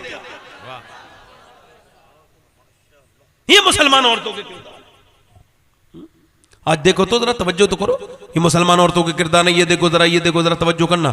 ये मुसलमान मर्द की नमाज है, यहां पे हाथ करेगा अल्लाहु अकबर। औरत की नमाज बस यहां पर, जरा समझाने के लिए बात कर रहा हूं, यहां पर हाथ कर रहा है। अच्छा, औरत यहां पर हाथ कर रही है, बांध रही है अल्लाहु अकबर। मर्द का हाथ यहां खुलता है पूरी तरफ से, जाहिर उसका जिस्म होता है। फिर उसके बाद वो तकबीर ओला कहता है, पहली तकबीर। उसके बाद औरत जब पहली तकबीर कहेगी तो यहां से हाथ लगे, बाद लगी। क्यों? अच्छा, इस वजह से मर्द का जिस्म की बनावट और है और औरत के जिस्म की बनावट और है। अल्लाह नहीं चाहता कि औरत नमाज में बेपर्दा हो, इसलिए नमाज मर्द की अलग कर दी, औरत की अलग कर दी।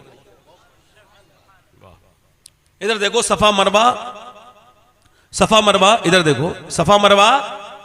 जानते हो कोई गया मदीना शरीफ, मक्का शरीफ?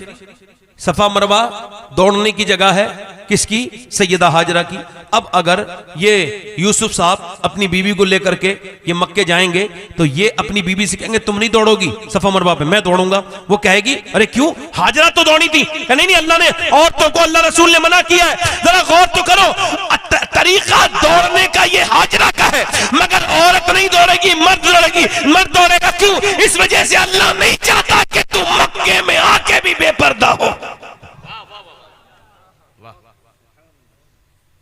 अल्लाह।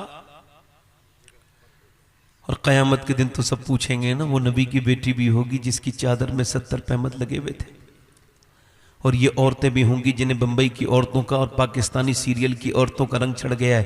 ये टाइट लिबास पहनना, ये आदि आस्तीन के कपड़े पहनना हराम है। इन औरतों से पूछो, ये जो बेहुदा कपड़े पहनती हैं जिसमें टाइट कपड़े, ये सारे हराम हैं।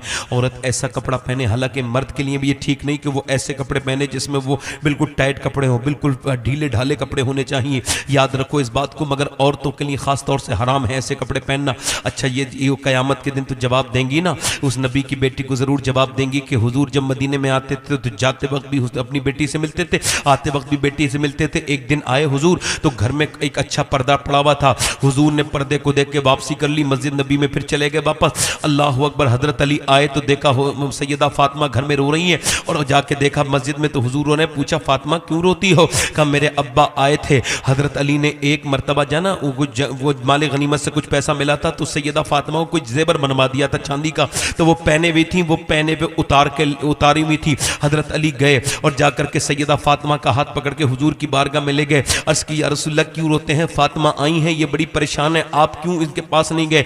आप पहले आते थे हुजूर, पहले बेटी से मिलते थे, आप मेरे घर से वापस क्यों आ गए? फरमाया इस वजह से अली कि मेरे सहाबा भूखे रहें, बद्र के यतीम भूखे रहें, असहाबे सुफ़ा भूखे रहें, और मेरी बेटी फातिमा हाथों में ये दुनिया की चीजें पहने, ये मुझको पसंद नहीं कि वो जेबर पहने हाथों में। अल्लाह के रसूल की बेटी ने अपने पर्दे को उखाड़ के लेके आई थी और हाथ में वो सारे जेबर थे, और कहने लगी अब्बा आप ही तो, अब्बा अली ने कहा था तो मैंने पहन लिए थे, मेरा दिल नहीं करता था, ये ले लीजिए, मुझको कुछ पसंद नहीं है, आप मेरे अब्बा राजी हो जाइए, आप मेरे अब्बा राजी हो जाइए, मेरे अब्बा आप राजी हो जाइए। एक दिन हुजूर अपनी बेटी के लिए घर गए और जाकर के देखा तो सर पे कुछ चादर थी, उस चादर की फटी हुई चीजों को छुपा रही थी। कहा मेरी बेटी छुपा मत, मेरी बेटी मेरी लाडली छुपाओ मत मेरी फातिमा, ये चादर फटी हुई जरूर है मगर जन्नत की हर हूर ये दुआ करती है कि काश फातिमा की चादर मुझे सर पे उड़ने का मौका मिल जाए। अल्लाह अकबर। हजरत अली कहते हैं जब मेरी शादी हुई फातिमा मेरे घर में दुल्हन बन के आई तो मैं रोने लगा। कहा रोते क्यों हैं आप?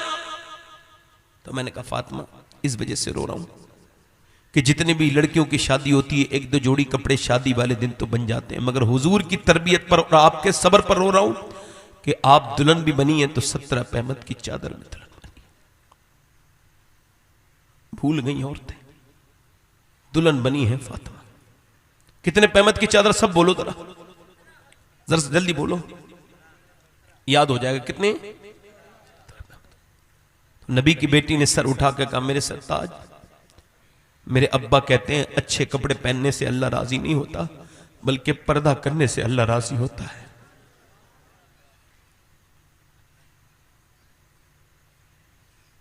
पूरी जिंदगी नबी की बेटी अपने बच्चों के लिए क्या तरबियत करती थी, आज की औरतें क्या कर रही हैं?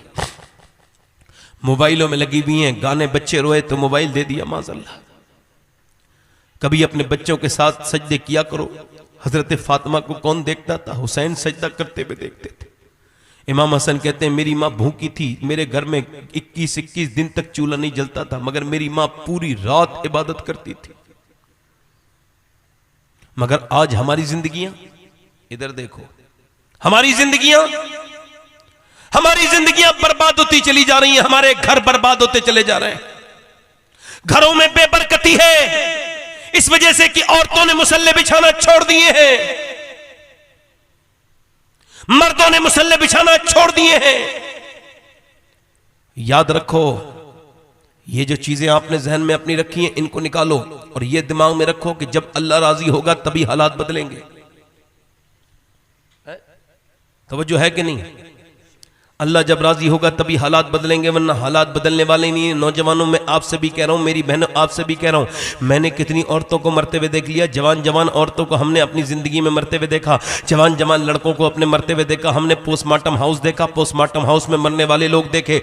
और ऐसा नहीं है कि मौत सबको आकर के रहेगी, ऐसा नहीं है सबको आएगी, किसी को छोड़ दे, ना आलिम को छोड़े, ना जाहिल को छोड़े, ना मर्द को छोड़े, ना औरत को छोड़े, ना आलिम को, ना काबिल को छोड़े, ना जाहिल को छोड़े, ना मालदार को छोड़े, ना गरीब को छोड़े, ना मियाँ किसी सैयद को छोड़े, ना किसी गैर सैयद को छोड़े, ना किसी बड़े बादशाह को छोड़े, ना उसके वजीर को छोड़े, ना इसने किसरा छोड़ा, ना इसने दारा छोड़ा। ये किसी को छोड़ेगी नहीं, सबको मौत आकर के रहेगी। और जिंदगी उन्हीं के लिए है जो अल्लाह को राजी करके जा रहे हैं दुनिया से। अपने रब को राजी कर लो दोस्तों, अपने रब को मना लो। उमर फारूक आजम, हुजूर ने फरमाया अल्लाह मेरे सहाबा पर फख्र फरमाता है, बिलखुसूस मेरे उमर पे फख्र फरमा रहा है। अरफात के दिन में आखिरी हज के मौके पर फरमाया मेरे बाद कोई नबी होता तो उमर होता। उमर को देख के शैतान रास्ते बदल ले। आधी दुनिया पे इस्लामी झंडा लगाने वाला उमर, कैसर और किसरा को अपने पांव की तरह रोंदने वाला उमर, 28 आयात जिसकी मर्जी के मुताबिक तकरीबन उतनी है वो उमर। जब चाकू मारा गया पहला, तो आपके जब चाकू मारा अबू लुलु फिरोज ने, तो आपने पूछा ये कोई मुसलमान था? नहीं। फरमाया ठीक है, फिर मेरा कोई कातिल मुसलमान तो नहीं। उसके बाद आपको पानी दिया गया तो पानी निकल गया, फिर दूध दिया गया तो दूध आपकी आंतों से खून के साथ निकल गया, और आपकी रूह निकलने का वक्त करीब आया, आपके विसाल का वक्त। तो उस वक्त में मौलाए कायनात भी थे। और जब हजरत उमर फारूक आजम रोते थे तो हजरत अली का क्यों रोते हो? मैंने हुजूर से सुना है कि तुम्हारा महल जन्नत में बना हुआ है। कहा अली तुम गवाही दोगे? कहा मैं भी गवाही दूंगा और मेरा बेटा हसन भी गवाही देगा। हजरत उमर बोले अपने बेटे से मेरा सर जमीन पे रख दे। उन्होंने नहीं रखा। ओ अब्दुल्ला मेरा सर जमीन पे रख दे। जब सर जमीन पे रखा ना अब्दुल्ला इब्ने उमर ने अपने बाप उमर का सर, तो आपने अपने सर को मिट्टी में रगड़ा और फिर अपनी नाक को मिट्टी में लगाया और कहा अल्लाह लोग कहते हैं उमर ये है उमर वो है, मगर उमर तो तेरी बारगाह का मुजरिम है, वो तेरी बारगाह का मोहताज है। ऐ अल्लाह उमर को माफ कर दे, मौत का वक्त है, अगर तूने आज माफ नहीं किया तो उमर बर्बाद हो जाएगा। उमर बर्बाद। हजरत अली की जब तलवार मारी गई तो आपने क्या कहा मालूम है? ऐ अल्लाह अली को बख्श दे, अली के अमल बहुत थोड़े हैं। अली के अमल थोड़े हैं। ओहो कौन अली? दामाद पैगंबर, फातह खैबर। क्या कह रहे हैं? अल्लाह अली को बख्श दे, अली के अमल बहुत थोड़े। न तुम्हारे बाप रहे दुनिया में बाकी, न मेरे बाप रहे दुनिया में बाकी, न तुम रहोगे दुनिया में बाकी, न मैं रहूंगा दुनिया में बाकी। कितने दिलकश हो तुम और कितना दिल जो हूं मैं।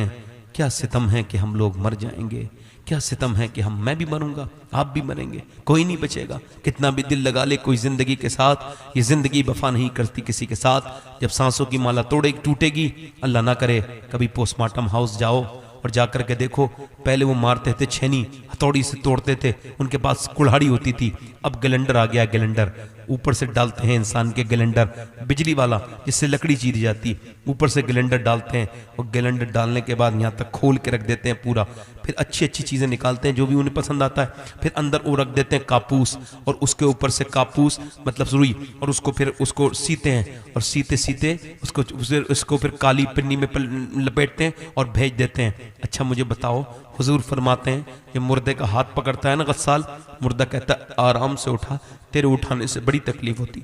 जब हाथ उठाने तकलीफ होती है तो बताओ, जब मुर्दे को चारपाई से तख्ते पे रखने में तकलीफ होती है तो जिसके पोस्टमार्टम होता होगा उसके कितनी तकलीफ होती होगी, बताओ कितनी तकलीफ होती होगी। अल्लाह अकबर, कैसे लोग खड़े रहते हैं, हमारे बाप का पोस्टमार्टम हो जाए, हमारे भाई का तो हम निकले, यानी मेरा बाप चीरा जाए, या मैं तो दुआ करता हूँ दिन रात, अल्लाह पोस्टमार्टम वाली मौत से बचा लेना मेरे मालिक, पोस्टमार्टम वाली नहीं, अपने करम और अपने रहम वाली मौत देना, ऐसी मौत जिससे तू राजी हो जाए। देखो सब छोड़ जाएंगे, रास्ता कोई काम नहीं आएगा, ये बीबी ये बच्चे कुछ नहीं, एक आदमी की रीढ़ की हड्डी टूट गई और वो बिल्कुल माजूर हो गया, 2 साल में सब डॉक्टरों ने मना कर दिया ये ठीक नहीं होगा। बीबी उसकी खिदमत करती थी, खैर उसके घर वालों ने कहा तू अपनी बीबी को तलाक दे दे कि तेरे भाई के साथ शादी कर देंगे, चूंकि अब तू तो इस लायक रहा नहीं। अल्लाह अकबर, उसने तलाक दी, इद्दत हुई, छोटे भाई के साथ शादी हुई। वो जिंदा है, जो कल तक कमाता था उसके सामने सब कुछ उजड़ा और उसके घर वालों ने उसके जीते जी, हालांकि बुरा नहीं किया मगर ये दुनिया है, देखो तो उसकी बीबी उसके छोटे भाई के साथ, वो आदमी उसी वक्त न मर गया होगा, यार मैं कमाता था तो सब मेरे साथ थे और आज मेरे ऊपर कैसा गुजरा होगा। इस दुनिया के से चक्कर में सिर्फ अल्लाह उसके रसूल ऐसे हैं जिनसे मोहब्बत कर सकते हैं, बाकी कोई दुनिया में मोहब्बत के लायक नहीं है। इनसे दिल न लगाओ, ये दिल लगाने की चीज, जगा लीजिए लगाने की दुनिया नहीं है, ये इबरत की जा है, तमाशा नहीं है। हुए न कितने लोग बेनिशान हो गए। लोगों, एक दिन मौत आकर के रहेगी, याद रखो इस बात को कि हम सबको दफन कर दिया जाएगा और दफन करने के बाद ये वापस लौट के आ जाते हैं, कोई रुकता तक नहीं, कोई बैठता तक नहीं। अरे क्यों इतने सख्त दिल क्यों हो जाते हो, क्यों नहीं बैठते अपने बाप की खबर के पास, अरे क्यों अपने भाई की खबर के पास नहीं बैठते, अरे क्यों वापस नहीं ढूंढने जाते, कभी कब्र पे जाके फातिहा क्यों नहीं पढ़ते। कोई नहीं जाता, कोई नहीं जाता, कोई किसी से मतलब नहीं रखता, ना कोई अपनी बहन मां के पास जाता है, ना कोई अपनी बहन के पास जाता है। मरने के वक्त बड़े रोते हैं कि जैसे ये जिंदा नहीं रह पाएंगे, ये जो मेरी मैयत पे रो रहे हैं ना, अभी मैं उठ जाऊं तो ये जीना नहीं दें। ये सिर्फ इस दुनिया का थोड़ा बहुत देर का तकल्लुफ है, तकल्लुफ खत्म, फिर कोई किसी को याद नहीं करता।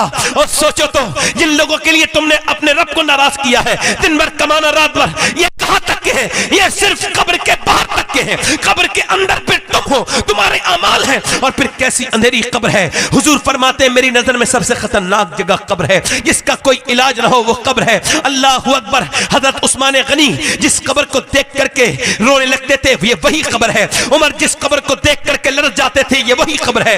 आज जिस कब्र से तुम नहीं डर रहे हो, यही कब्र तुम्हारा भी मुकद्दर होगी, मेरा भी मुकद्दर होगी। न जाने कौन से कोने में मुझे और आपको डाल दिया जाएगा। ओ मेरे भाइयों, आओ वापस आ जाओ, आओ अपने रब से कहो मालिक हमको माफ कर दे, हम गुनहगार हैं, हमको माफ कर दे, हमने बड़ी खताएं की मालिक, हम तुझको पहचान न सके, हम तेरे सामने झुक न सके, जिंदगियां यूं ही गुजर गई, हमारी जिंदगियां बड़ी बर्बाद गुजर गई, हमने अब तुझको राजी न किया, आज हम तुझसे कहते हैं कि माफ कर दे। ओ उसको माफ कर, उससे माफी मांग लो, उससे माफी मांग लो।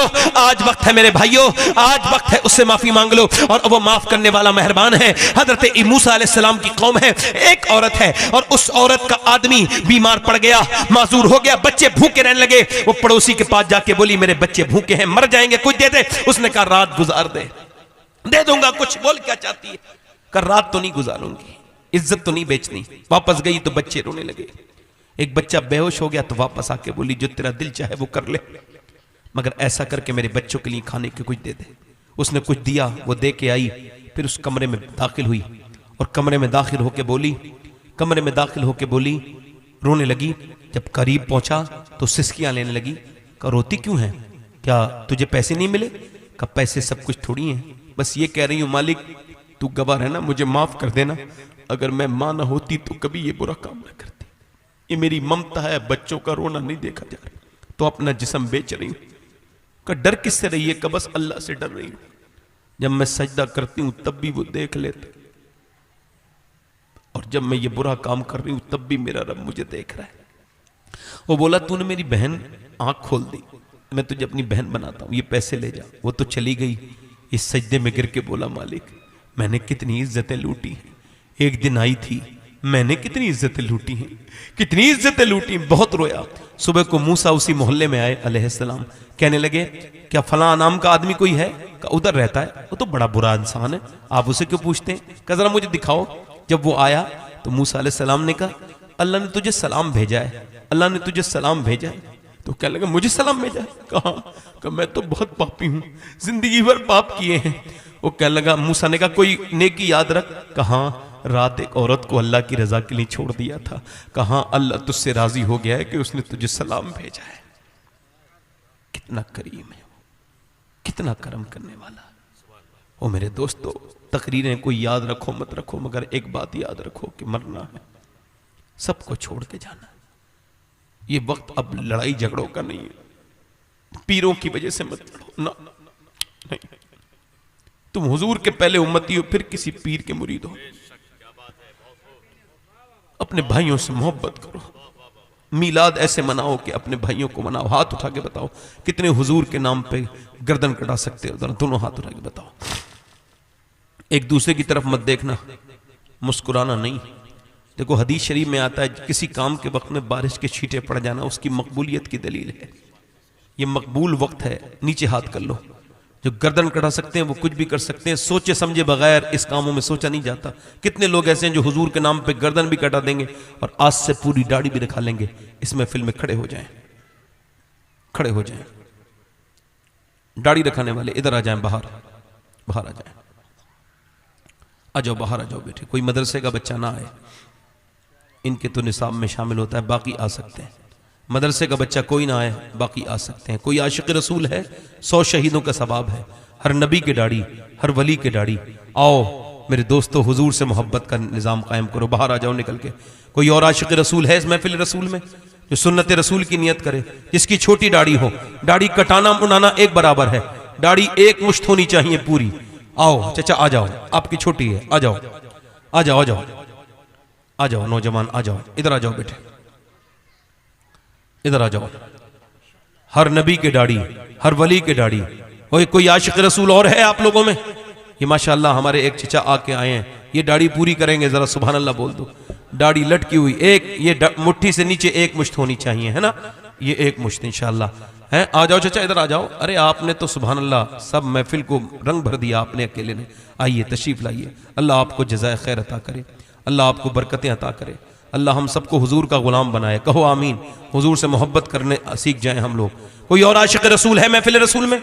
कोई और दीवाना है? कोई 1 2 3 4 5 है कोई आशिक रसूल और दीवाना जो गौस पाक का खड़ा हो जाए और आज वो मीलाद मनाए? है कोई नबी का आशिक जो हुजूर की सुन्नत रखा के आज से मीलाद मनाए? ये मीलाद है, सुभान अल्लाह। आओ नबी का मीलाद मनाओ, नबी की सुन्नत रखा के। आ जाओ आ जाओ आ जाओ, उठो, देर न करो नौजवानों। कोई नौजवान और है कोई आशिक रसूल? ये बुजुर्ग के ईमान माशाअल्लाह। नौजवान नहीं है कोई? खड़े रहो चचा, खड़े रहो, आपका तो देखना भी सवाब है इस वक्त। खड़े रहो, इधर को चेहरा कर लो। किसी ताइब का चेहरा देखना बहुत बड़ा सवाब है। 1 2 3 4 5 6 हो गए। कोई और आशिक रसूल है? इधर से कोई नौजवान? ओए कोई तरक्की में ये दाढ़ी नहीं रोकती तरक्की को, ये तो आपका वहम है। ये जिनके लिए दाढ़ी मुड़वाई है ना, ये तो कब्र के बाहर रहेंगे, कब्र के अंदर तो हुजूर ही तशरीफ लाएंगे ना। है कोई और आशिक रसूल? मैं समझता था बहुत खड़े हो जाएंगे, मगर चूंकि मेरी तकरीर इस वजह से अच्छी नहीं होती ज्यादा कि मेरा दिल गंदा है, मैं अपने दिल को अभी ठीक नहीं कर पाया। दुआ करो दिल मेरा जितना साफ होगा उतनी तकरीर और अच्छी होगी। मुझसे ठीक से तकरीर कर नहीं पाया, वरना मुझे उम्मीद थी कि और ज्यादा लोग उठेंगे। इसी उम्मीद से मैं तकरीर कर रहा था कि कुछ लोग तौबा करेंगे, मगर फिर भी मेरी उम्मीद टूटी नहीं। मैं एक मजबूत मुबल्लिग हूं, कमजोर नहीं कि एकदम सोचूं कि एकदम मुझे मिल जाए बदला, आज नहीं तो कल मिलेगा। मगर आज के वो नौजवान जो आज से अपनी जिंदगी नबी के लिए जिए, आज तक जिए थे सभी के लिए, आज से जिएंगे नबी के लिए। है कोई आशिक रसूल जो खड़ा हो जाए इस महफिल रसूल में? है कोई दीवाना गौसुल आजम का आशिक रसूल इस मजलिस रसूल में? है कोई दीवाना? है कोई भाई? कोई और है? नहीं नहीं है चचा, आएगा आएगा आएगा, अल्लाह चाहेगा तो आएगा।